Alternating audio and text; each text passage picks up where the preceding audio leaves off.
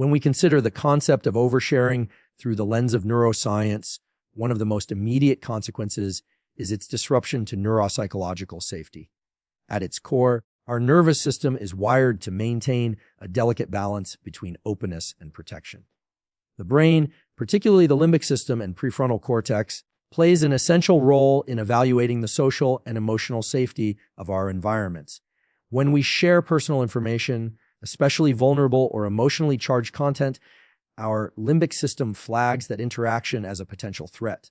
This isn't conscious. It's a neurobiological process where the amygdala, the part of the brain responsible for detecting threats, starts activating a mild stress response. That response, over time, can lead to a state of hypervigilance. Now let's break down what this means practically. Oversharing creates a false sense of intimacy and safety. In the moment, it might feel relieving, like releasing pressure from a valve. But what's really happening is a flooding of the system with cortisol, the stress hormone. After the conversation ends, people often report feeling exhausted, anxious, or even regretful. That's not accidental. That's your brain's way of signaling that it gave away too much too fast, and now it has to monitor the consequences. Who now holds that information? How are they interpreting it? Will it be used against you in subtle social hierarchies or competitive environments? Neuropsychological safety is the condition in which your brain feels secure enough to operate without excess stress, distraction, or emotional interference. It's essential for focus, motivation, creativity, and long-term planning. When you let too many people into the private spaces of your life, your ambitions, your traumas, your insecurities, you are constantly asking your brain to track how that information is moving through the social environment. This is a cognitive burden. It takes up working memory and elevates the background stress in your system, making it harder to enter flow states or maintain deep concentration. Moreover, when you disclose something personal to others, especially in an unfiltered way, you're essentially outsourcing your internal regulation to external feedback. You're handing over part of your emotional processing to someone else's reactions, biases, and capacity for empathy. That's a risky trade. If the response is misaligned or dismissive, the brain interprets that as a form of social rejection, which triggers pain networks nearly identical to those activated by physical pain. Over time, this reinforces a feedback loop of anxiety and mistrust. Not only toward others, but toward yourself. You begin to question your own judgment about who to trust and when to speak. Contrast that with people who are more measured in what they reveal. They're not hiding, they're regulating. They're protecting the brain's capacity to feel grounded, to remain calm under pressure, and to engage selectively with others in a way that doesn't compromise internal stability. This doesn't mean being cold or withdrawn. It means recognizing that information is energy. When you share less, you retain more. You preserve your cognitive and emotional reserves for environments where safety and alignment are verified, not assumed. From a neurobiological standpoint, maintaining psychological boundaries helps reinforce the strength of the prefrontal cortex, the part of the brain responsible for self-control, future planning, and goal-directed behavior. It helps the brain remain in a parasympathetic state more often, which is optimal for recovery, learning, and creativity. When your neuropsychological safety is intact, your system doesn't have to waste energy constantly managing the fallout of poorly timed disclosures or misunderstood vulnerability. Even in intimate relationships, timing matters. Disclosing too much too soon can overwhelm both you and the listener. Gradual trust building aligns more closely with how the brain is designed to process social information. Oxytocin, the so-called bonding hormone, is released in doses. It builds trust over time through consistent, meaningful, and safe interactions. When you try to shortcut that process by revealing everything too quickly, you're attempting to accelerate a biological process that doesn't respond well to speed. The result is often the opposite of connection, discomfort, emotional fatigue, and sometimes even distrust.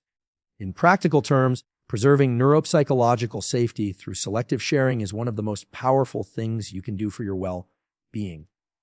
It helps your brain stay organized. It reduces unnecessary threat detection.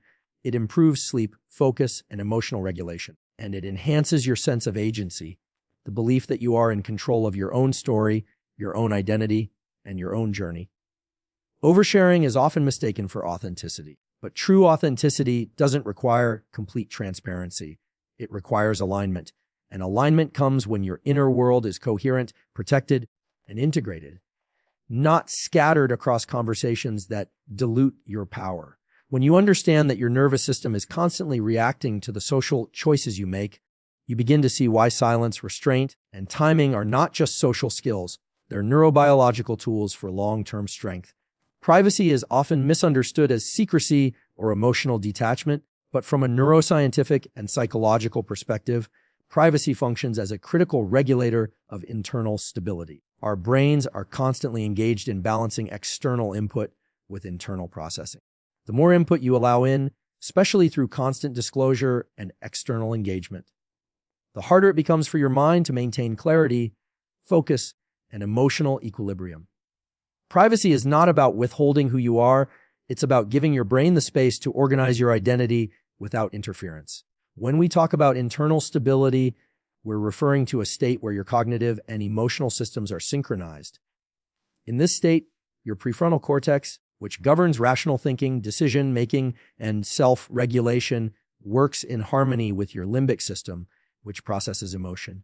This balance allows you to think clearly, act with intention, and adapt to challenges without becoming overwhelmed. One of the most reliable ways to support this internal alignment is to maintain clear personal boundaries, deciding what you share, when and with whom. Now, consider what happens when you're too open with others too often. Every conversation that involves revealing personal struggles, dreams, or sensitive details creates a feedback loop. Your brain, particularly the social cognition centers such as the medial prefrontal cortex and the temporoparietal junction, begins to track and anticipate others' perceptions of you. This constant monitoring, even if subtle, is energetically costly. Your brain must manage not only the original thought or emotion, but also the social implications of having shared it. That diverts energy away from the prefrontal cortex's primary role of goal-directed behavior and instead forces it into emotional damage control. Internal stability thrives in environments where there is low unpredictability and high self-regulation. By keeping key aspects of your inner world private, you're essentially reducing the number of variables your brain has to manage. This is not about being rigid or emotionally closed. It's about understanding that your brain has limited bandwidth. When you preserve your thoughts and emotions within a trusted, limited space, either through journaling, reflection, or selective disclosure, you allow your neural circuits to consolidate those experiences more effectively. They become part of your integrated self rather than fragmented pieces floating in others' narratives or opinions. This kind of privacy is also essential for cultivating long-term discipline and focus. Imagine a goal you're working on, something that truly matters to you. If you talk about it constantly, especially before you've taken real steps toward it, your brain begins to experience a premature dopamine release. In essence, it starts to feel rewarded just for talking about the goal, not achieving it. Over time, this blunts your drive. You lose momentum because your brain can't distinguish between imagined progress and real effort when both are constantly being broadcast to others. Privacy in this context isn't about hiding your ambition. It's about protecting the neurological conditions that allow that ambition to evolve into execution. Furthermore, maintaining internal stability through privacy shields you from unnecessary emotional turbulence.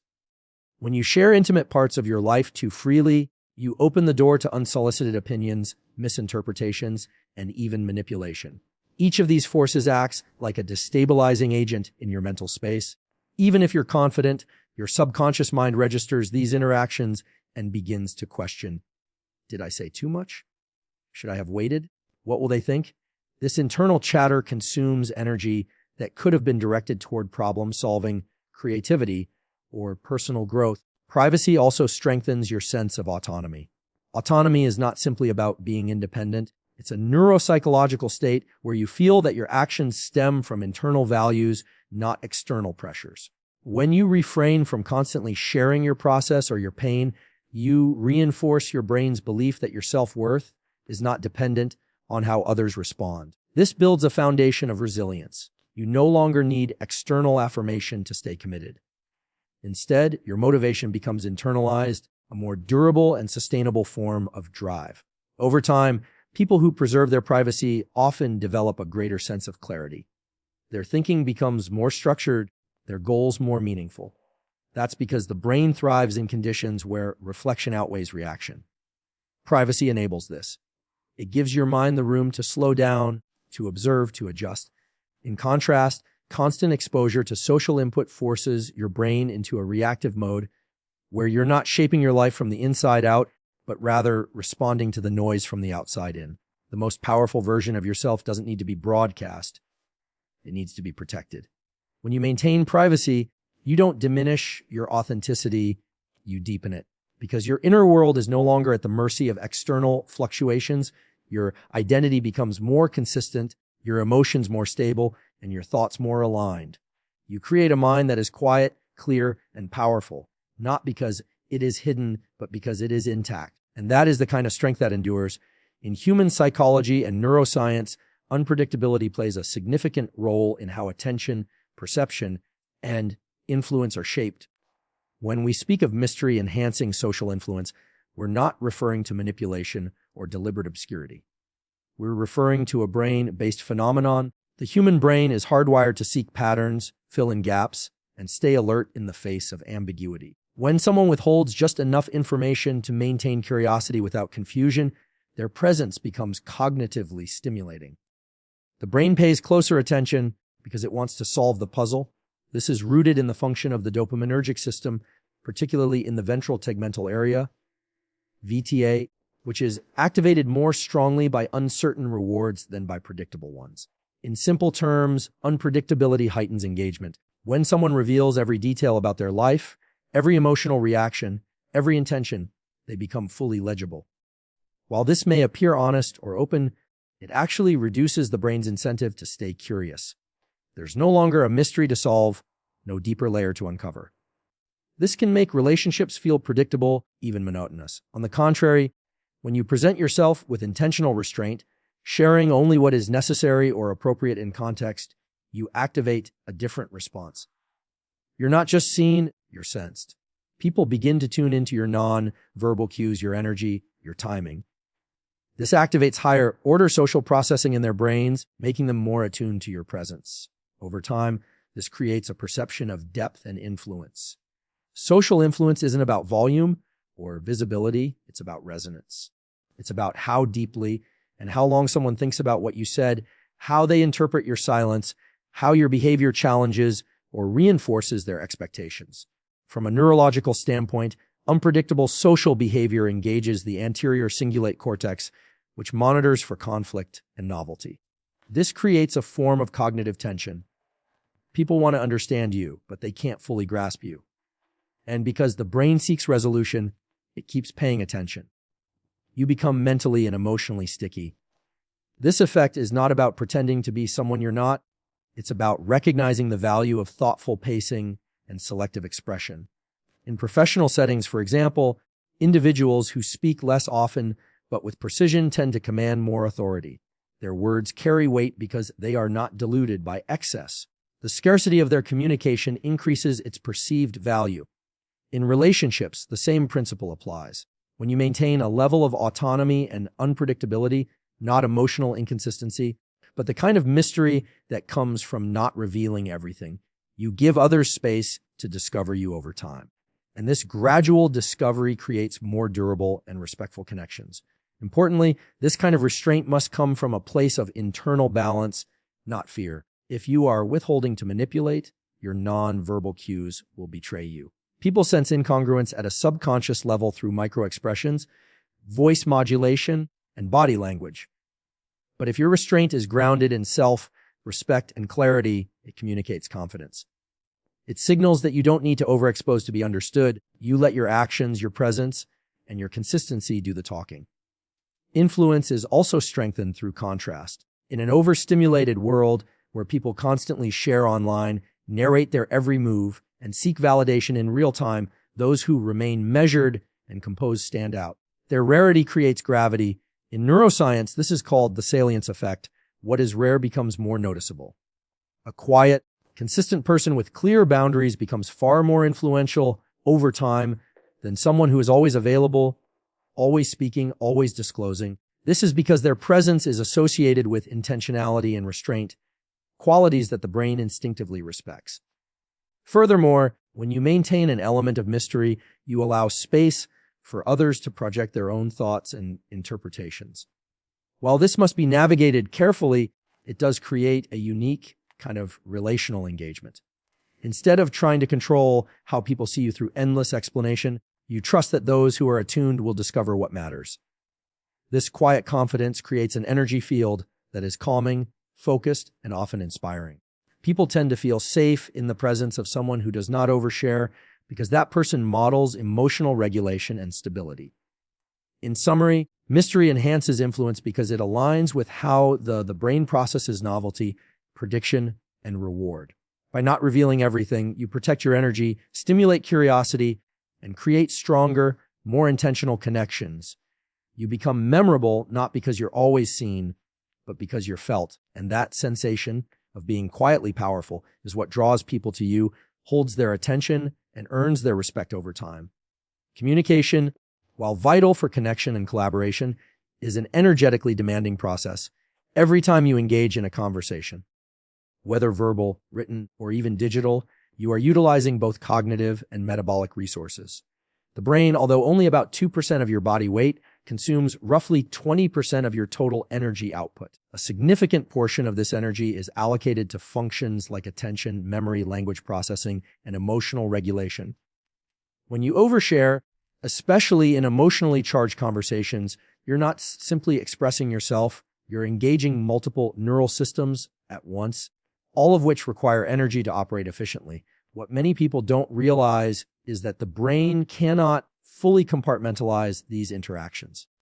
The same cognitive circuits used for focused work, like problem-solving learning or strategic thinking, are also involved in managing social exchanges. When you engage in frequent, in-depth conversations about personal matters, you're taxing the prefrontal cortex, the brain region responsible for executive functions. This can lead to what psychologists call decision fatigue and ego depletion, both of which reduce your ability to make thoughtful choices and sustain self-control over time. This is particularly important when you consider how easily energy is lost through unnecessary or unstructured communication.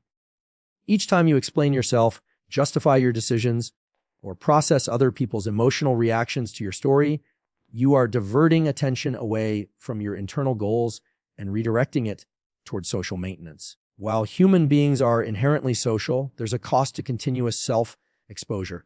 It's not just time that's being spent. It's cognitive clarity, emotional stability, and energetic stamina. The notion of energy conservation through selective communication is rooted in efficiency. You do not need to broadcast your every move, emotion, or insight to be understood or validated.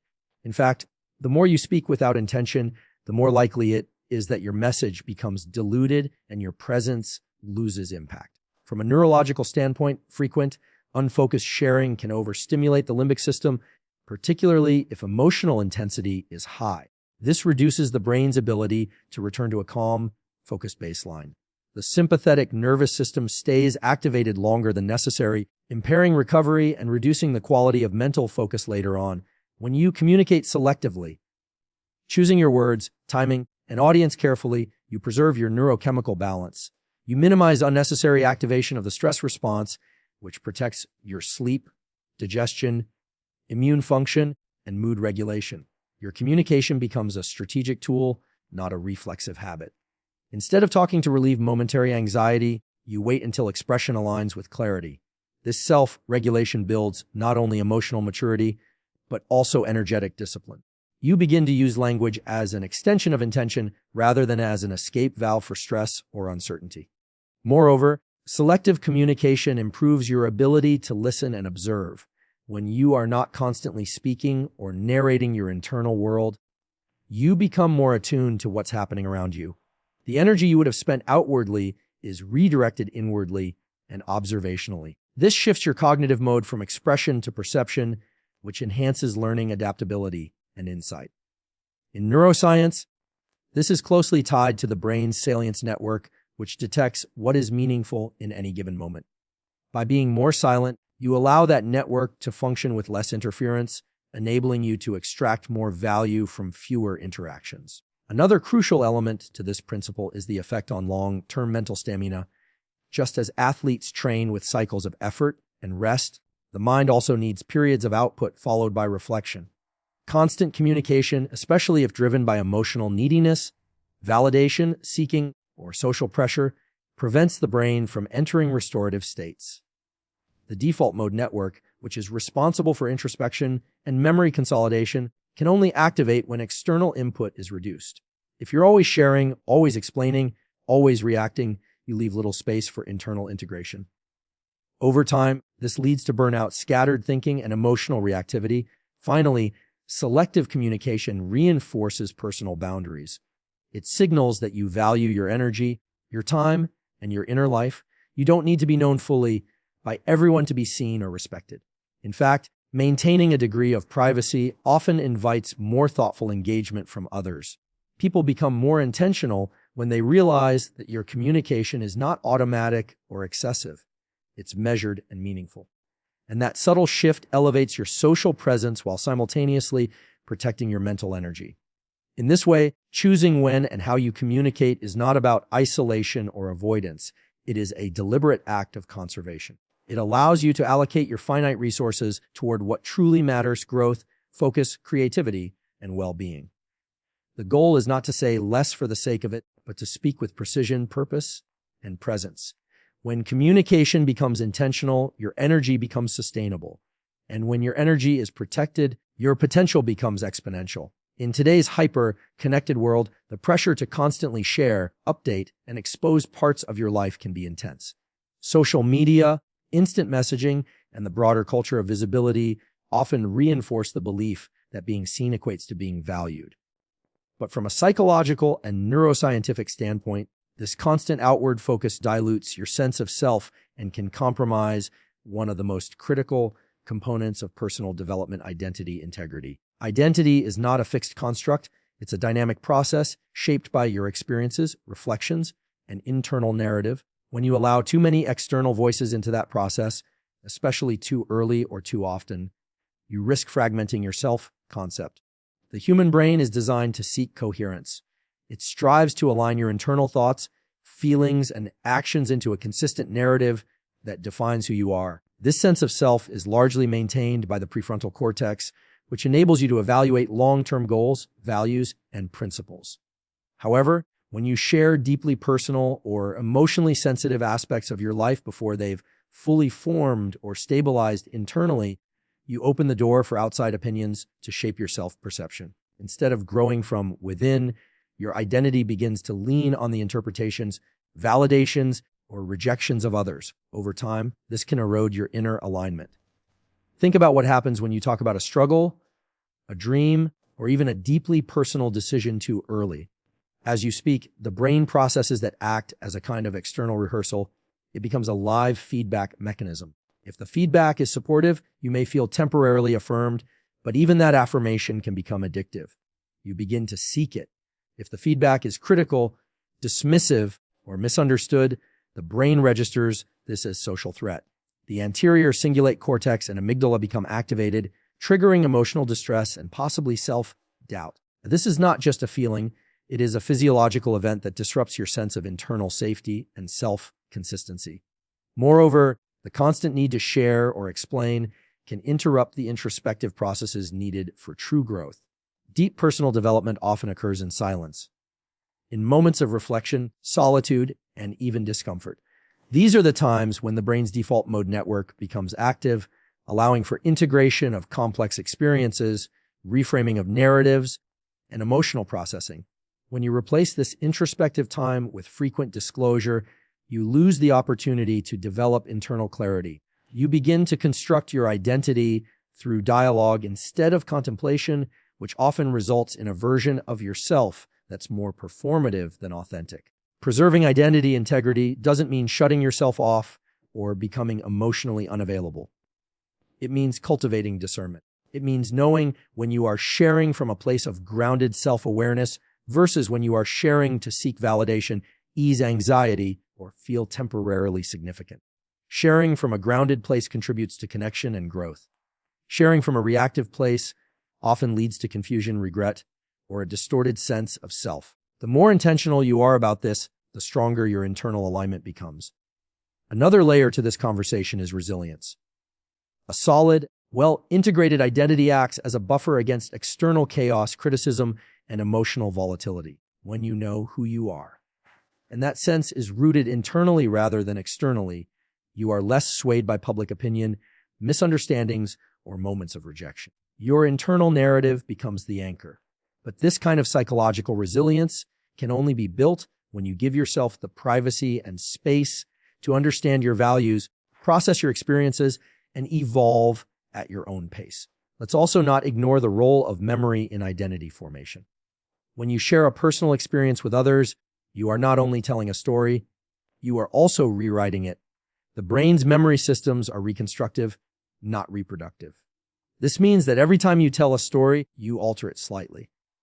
The more you share something, especially in emotionally unregulated ways, the more likely you are to distort it. Over time, your original experience gets reshaped not by your own growth, but by the audience's reactions. This can have a lasting impact on how you view your past, your choices, and your future direction. The act of withholding, of not immediately sharing everything, is therefore not a sign of insecurity or emotional detachment. It is a discipline. It's the choice to let your experiences settle and mature internally before turning them outward. This delay in disclosure protects your identity from premature judgment and allows it to become more fully formed before it meets the world. It's a form of psychological self-respect. In essence, your identity is a sacred construction. It deserves protection, attention, and care. By resisting the urge to constantly expose it to the world, you allow it to deepen. You let your values crystallize. You give your experiences meaning on your own terms, not through the filters of others' expectations or opinions. And in doing so, you develop a kind of quiet confidence, an inner solidity that doesn't need to be proven, only lived. The need to share personal information, goals, or plans often stems from a psychological drive for connection and affirmation. When we tell others what we intend to do or achieve, we receive immediate feedback, sometimes praise, support, or interest, which can feel motivating. But this immediate sense of reward is neurologically deceptive. When you share your goals prematurely or too often, your brain releases dopamine, the neurotransmitter associated with pleasure and motivation. This dopamine spike simulates the feeling of accomplishment even though no actual progress has been made. In essence, talking about your plans tricks the brain into believing you're already moving forward, which can reduce the motivation to actually take action. This phenomenon is known as a premature sense of completion, and it's been studied in behavioral psychology and neuroscience. When the brain perceives reward, whether from doing the task or merely talking about it, it considers part of the job done. The energy that should have been used for execution is instead consumed by expression. Over time, this can create a habit loop in which you become more comfortable sharing goals than pursuing them. The process of transformation becomes externalized rather than internalized, and your attention shifts away from the daily actions required to achieve results. From a cognitive standpoint, this reduces the mental friction needed for growth. Real change involves effort, delay of gratification, and repeated behavioral adjustments. It requires your executive functions, like self-control, planning, and focus, to stay engaged over time. However, if your brain is continually rewarded just for talking about the goal, the incentive to remain in the difficult stages of progress begins to erode. This weakens neural pathways associated with long-term discipline and builds a reliance on short-term social validation. There's also a deeper emotional layer to this pattern. When you share a goal with others, you're introducing external perceptions into your internal process. Whether consciously or not, you begin to consider how others view your progress. This can create pressure and, in some cases, fear of failure. If you told someone you were going to launch a project, change a habit, or pursue a dream, you now feel watched. And that feeling can either create unhealthy stress or cause you to avoid the task altogether, just to escape the weight of expectation. What began as motivation turns into performance anxiety, which can stall your growth. In contrast, keeping your plans private until they are in motion, until you have momentum, preserves the intrinsic motivation that is far more reliable and durable than extrinsic encouragement. When the drive comes from within, without an audience, it taps into your identity, your values, and your discipline. You become focused not on how you are perceived, but on what you are building. Your actions are not performative, they are purposeful. This alignment between intention and execution builds internal trust. You begin to believe in yourself more, not because others validate you, but because you see consistent evidence of your effort. Additionally, when you work in silence, you reduce cognitive distractions. You're not rehearsing conversations, wondering how others interpreted your words, or adjusting your goals based on external feedback. Instead, your mental energy is directed entirely towards strategy, problem solving, and iteration. This creates neural efficiency. Your brain becomes better at filtering out noise and focusing on what matters because it's not constantly recalibrating based on social input. In a neurological sense, this is how high performers stay in deep work, a state of sustained focus that leads to mastery and results. Another overlooked benefit of not announcing your goals too early is emotional resilience. When no one knows what you're working on, you create a space where failure is safer. You can try, adjust, experiment, and even fall short without fear of judgment or embarrassment. This allows you to learn faster and take smarter risks. It gives you the psychological flexibility to improve without the burden of public performance. Over time, this builds true confidence. Not the kind that comes from applause, but the kind that comes from competence. When you finally do share, it's not speculation, it's demonstration. People see the result, not just the promise. This creates a different kind of impact. Instead of being known as someone who talks about doing things, you become known as someone who does things. Your credibility increases, and your influence strengthens, and your achievements carry more weight. Because they weren't just imagined or spoken into existence, they were built in silence with intention. In this way, holding your goals close to your chest is not about secrecy.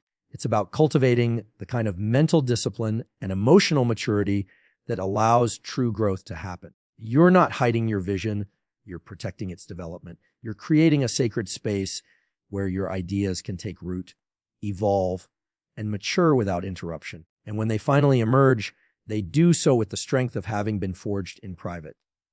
That strength is not just in the outcome, it's in the process. And the process, protected from premature exposure, becomes the source of lasting transformation.